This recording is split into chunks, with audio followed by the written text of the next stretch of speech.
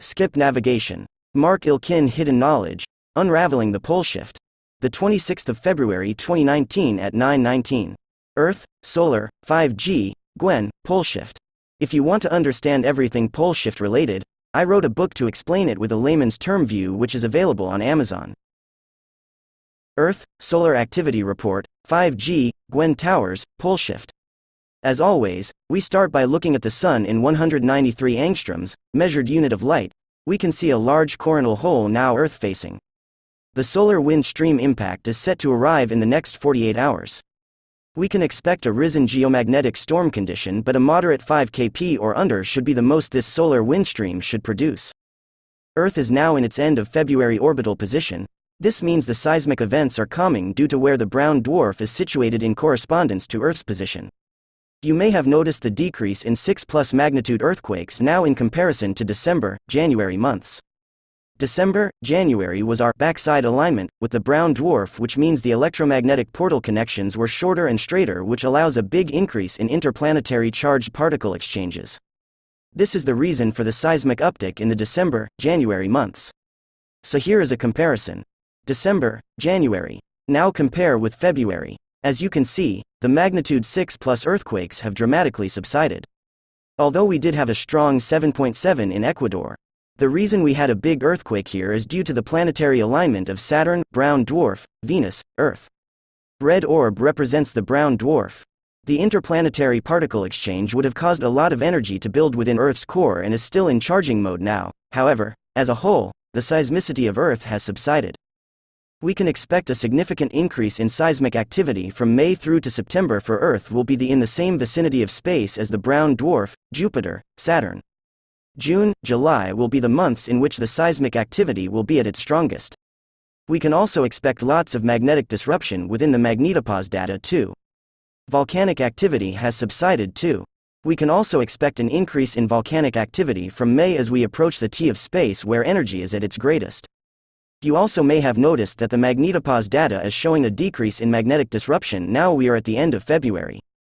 This is because we are now coming out of the second solar winds path, so the disruption subsided until May.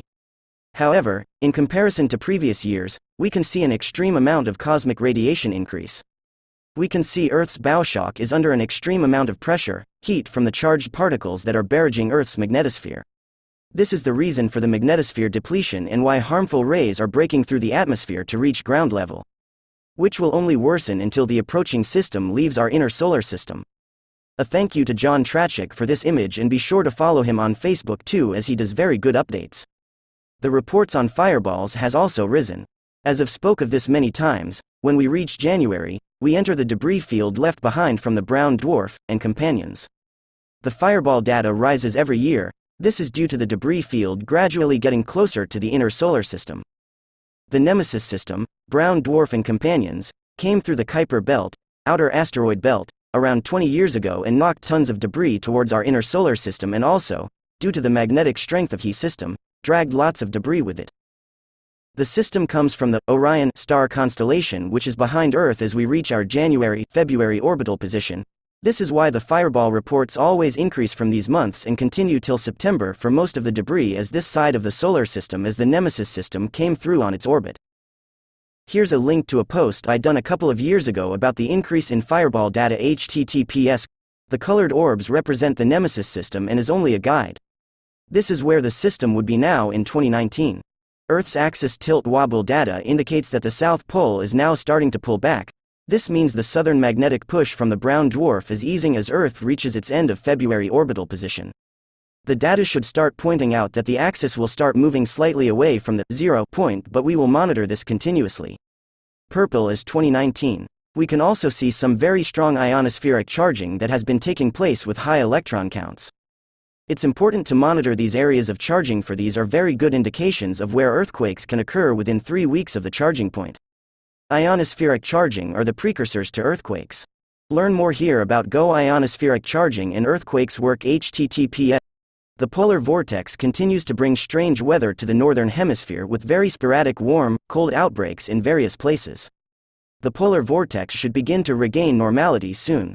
Always watching. The jet streams in the tropopause are always disrupted with no sign of getting any better. The increased cosmic radiation breaking through the atmosphere is causing havoc with atmospheric temperatures, and due to our magnetosphere depleting, this will not get any better until the brown dwarf is on its way out of the solar system. When it leaves the solar system, after its perihelion stage, this is when the cosmic radiation decreases, our sun regains its natural yellow color and our atmosphere repairs itself, but that cannot happen until the full pole shift takes place. If you're new to the pole shift, this link will help you get a better understanding. HTTP 5G, the unseen dangers being masked as safe. HARP, Gwen, CERN, NEXRAD, 5G, chemtrails, all work in conjunction together. It's all part of the master, global, plan to use frequency manipulators against the people whilst being disguised as a faster network to help the people. This link will help. HTTP 5G will use bandwidths of the extremely high frequency millimeter wave, mmW, between 30 GHz and 300 GHz, in addition to some lower and mid-range frequencies, which have been tested in many places now with the same outcome: birds falling from the sky. This occurs due to the electromagnetic waves being transmitted. Birds use Earth's magnetic field to navigate, so any sort of disruption within the magnetic field causes confusion and death. The difference between 4G and 5G is the speed in which data can be transferred to devices. 4G is already super fast with a 50 millisecond delay transfer. 5G will break down the data into much smaller packages and allow data to be transferred at a minuscule 1 millisecond delay. It will be barely noticeable to the human brain, yet the consequences for this super-fast data transferability will be costly to humans and the Earth itself. High-frequency mmWs travel a short distance. This means that 5G towers have to be built much closer together. You may have noticed the amount of Gwen Towers that have been put up around your area, which can be disguised badly. The Gwen Towers are continuously being converted into 5G transmitters now, but in addition, due to the distance in which the high frequencies can travel, they are adding the smaller 5G transmitters on the sides of buildings, water towers, or anywhere they get permission to put them. Many studies have associated low-level RFR exposure with a litany of health effects, including DNA single and double-strand breaks, which leads to cancer, oxidative damage, which leads to tissue deterioration and premature aging, disruption of cell metabolism, headaches, heart palpitations, etc.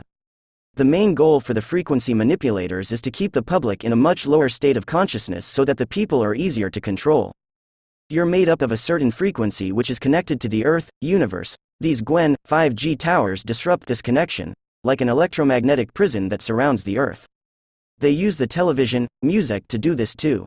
There are ways to protect yourself against these frequency radiation weapons. Sea kelp is packed full of iodine. This will repel the radiation out of your body and is a great natural source that can be picked up in most health stores or online. Organite pyramids in your home will absorb this radiation, as well as wearing organite pendants on a necklace whilst you're out amongst the frequency manipulators. CoQ10 will regulate the heart, a powerful enzyme but worth taking every morning. Consult your doctor to make sure it's okay to take if you're on any kind of medication. Zeolite, this is a powerful detoxification method. This will gradually remove the heavy metals within your body and decalcify your pineal gland. This will naturally bring you to a much higher consciousness whilst helping rid of all the metal particulates they spray in the atmosphere, as well as the heavy metals they put in your drinking water. Organic activated charcoal, this will also help absorb all the metal particulates in your body. I would suggest taking these just before bedtime so there is no food in your stomach. If you take these with food, the charcoal will also absorb some of the nutrients your body needs, so bear that in mind. Organic monatomic gold, not synthetic. This will help you with brain function, see more clearly, and enhance your consciousness. Climate chaos, the polar vortex, the intermixing of the polar and subtropical jet streams, the magnetosphere depletion, and the increase in cosmic radiation, which is all caused by the solar system influence, is what's causing all the extreme weather geological changes, which is increasing every year. Sea ice extent, the year 2018 finished out with an annually averaged sea ice volume that was the 5th lowest on record with 13,860 kilometers 3. The ice caps are indeed melting at a fast rate, with all data pointing to the decline trend over the past 30 years. There will be people out there trying to misdirect people, saying that the ice caps are gaining ice. They are not. Yes, they will gain ice periodically in winter months, but as a whole, the ice caps are losing ice incredibly fast. The Arctic ice could be gone in 5 years. Antarctica is also seeing big ice shelf breakoffs preparing. Magnetic disturbance, up to 600 dolphins washed up along Atlantic coast of France this year. Beach in Uruguay saw thousands of fish washed up on shores. Flagstaff sets its all-time snow record as 3 feet lands on the Arizona city as winter storm Quiana wreaks havoc on the west coast. East Tennessee saw some very significant rainfall with over 12.5 inches. Greece on the 24th of February saw some snowfall too. Meanwhile, the UK has seen the hottest late February in nearly 200 years with summer-like weather. With the hottest year on record in February ever recorded yesterday, and I can vouch, I was walking out in the warmth and it was surreal, especially talking to the locals whom were all saying the same thing. I can't believe we're this warm in February. This is what the polar vortex disruption does. It causes warm, cold sporadic outbreaks throughout the northern hemisphere whilst being way out of sync to the normal seasonal cycles. Significant rainfall in Nashville, USA. Incredible scenes in Malta as the extreme weather events continue. Papua, Indonesia saw extreme flash following too. Mark Ilkin. Hidden knowledge unraveling the pole shift. This next link will have a plethora of information regarding all the geological changes of Earth and the pole shift.